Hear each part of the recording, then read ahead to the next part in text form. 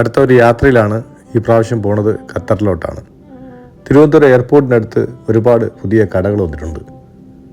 എയർപോർട്ടിലെത്തിയപ്പോഴും മഴ തോന്നിയിട്ടില്ല. എയർപോർട്ടിൽ വെച്ച് എൻ്റെ ഒരു കൂട്ടുകാരനെ കാണാൻ പറ്റി. ഈ പ്രാവശ്യം ഖത്തർ എയർവേസിലാണ്. ആലു പൊറോട്ടയും കറിയും വെള്ളവും. കുറച്ചു നേരം കിടന്ന് ഉറങ്ങി എണീറ്റപ്പോഴത്തേക്കും ഖത്തറെത്തി. ഈ പ്രാവശ്യം എയർപോർട്ടിൽ നിന്ന് കുറച്ച് ചിപ്സ് വാങ്ങിച്ചായിരുന്നു ഇവിടെ ഖത്തറിൽ കൊടുക്കാൻ വേണ്ടി. ഖത്തർ ലോകകപ്പിൻ്റെ ഓർമ്മകളാണ് 974 കണ്ടെയ്നർ സ്റ്റേഡിയം.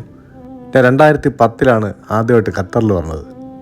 15 വർഷത്തിൽ ഖത്തർ ഒരുപാട് മാറി. ഇവിടെ ഒരു ഹോട്ടലിലാണ് താമസിക്കുന്നത്. ജോലി തുടങ്ങുമ്പോഴത്തേക്കും ഇൻഡസ്ട്രി സിറ്റിയിൽ ഏതെങ്കിലും ക്യാമ്പിലോട്ട് മാറും. എല്ലാ ദിവസവും ബ്രേക്ക്ഫാസ്റ്റ് ഹോട്ടലിൽ നിന്ന് കഴിക്കും.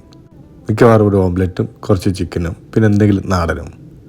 എനിക്ക് വാഫിൾ ഇഷ്ടമാണ് കേട്ടോ. ഞാനതിൽ ജാമും ഹണിയും ചോക്ലേറ്റും അങ്ങനെ ഓരോ ദിവസവും ഓരോ പരീക്ഷണമാണ്.